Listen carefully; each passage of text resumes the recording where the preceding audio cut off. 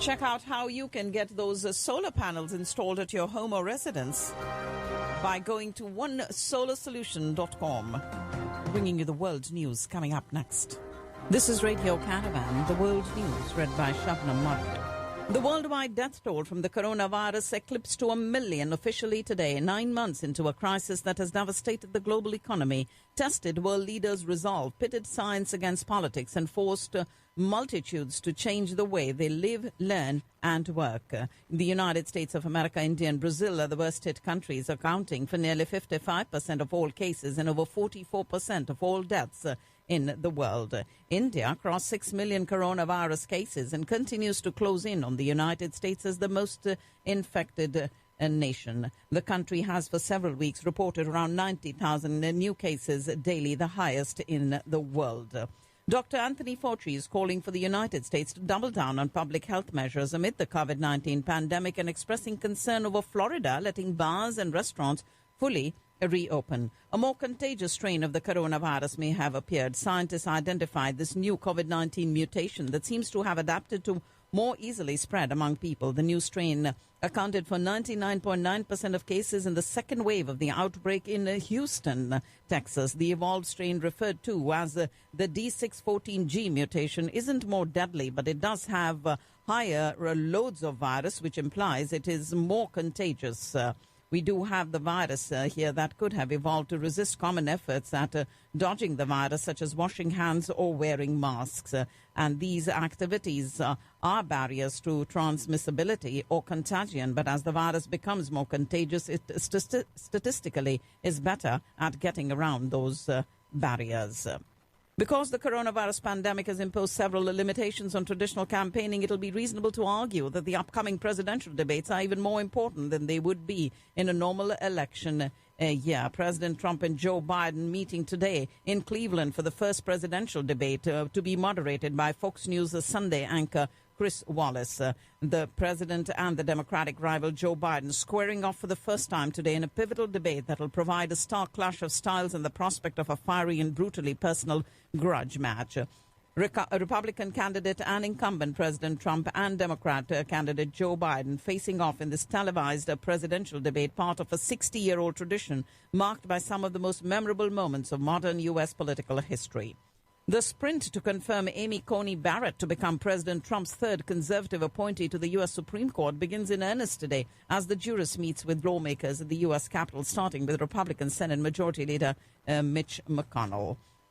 Climate change, a hot-button topic for years, has taken on renewed significance ahead of this presidential election, with wildfires decimating the West, tropical storms pounding the Gulf Coast, and year after year of record temperatures. Firefighters say they hope dying winds would enable them to bear down on a wildfire that exploded in the Northern California wine country, prompting tens of thousands of evacuations, while a second blaze killed at least 3 people. The glass fire raged through Napa and Sonoma counties yesterday, tripling in size to around 56.6 square miles without any containment.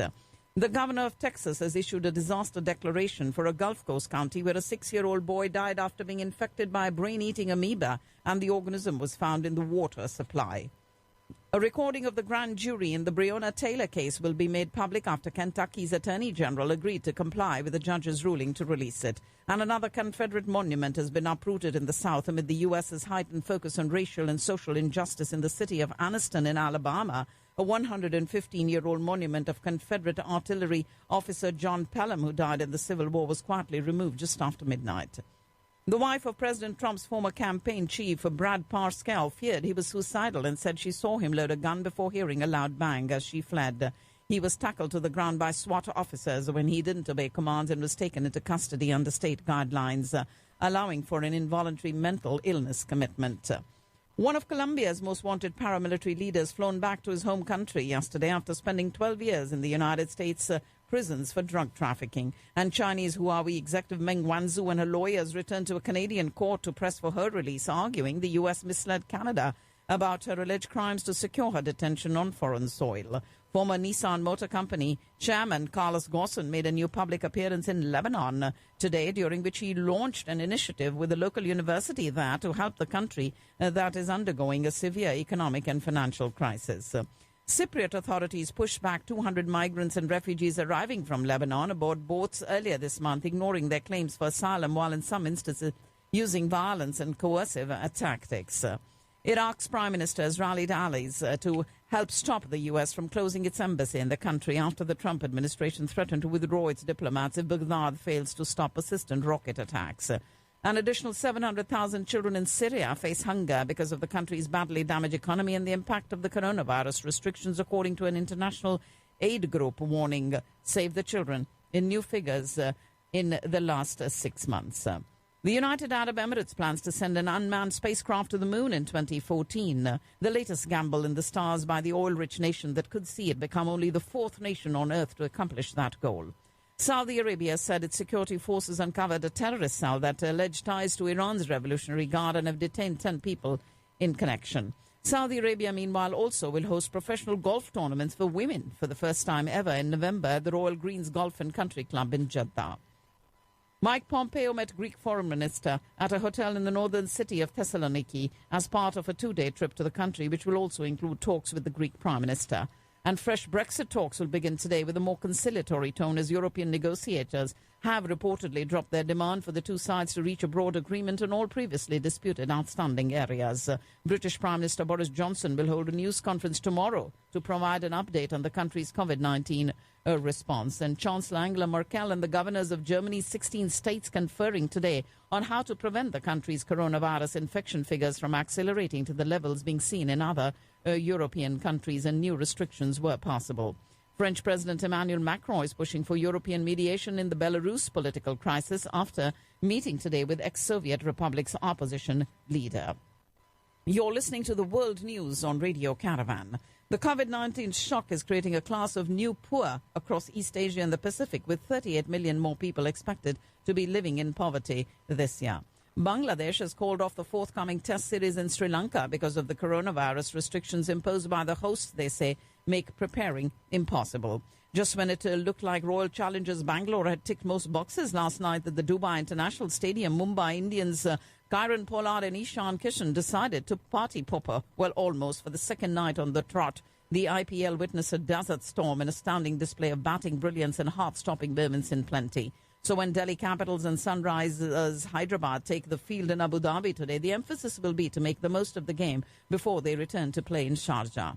The fourth edition of the India-Japan Maritime Bilateral Exercise JIMEX between the Indian Navy and the Japanese Maritime Self-Defense Force completed 3 days of exercise in the North Arabian Sea.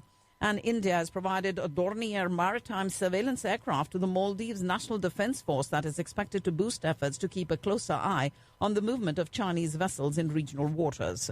The present security scenario along our northern frontiers is at an uneasy no war, no peace status, said Chief of Air Staff Air Chief Marshal Bhaduria, referring to the prolonged border row with China and eastern Ladakh. India has decided in favor of the weaponized MQ-9B Sky Guardian drone from the U.S.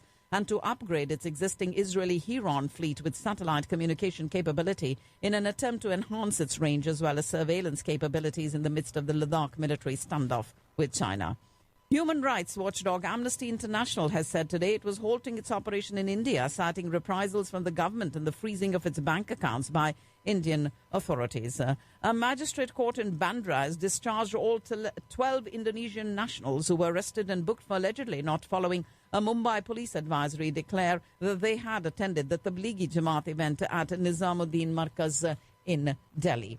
With a spike of over 70,000 new cases and 776 deaths reported in the last 24 hours, India's COVID-19 tally has crossed the 61 lakh mark a little while ago today. And after Onam, Kerala has seen a 126% increase in active COVID cases, and the state is now placed fourth in the country in terms of active cases behind Andhra Pradesh, Karnataka and Maharashtra. Bihar has claimed an astounding COVID testing record of 1.5 lakh samples a day, much more than most other states.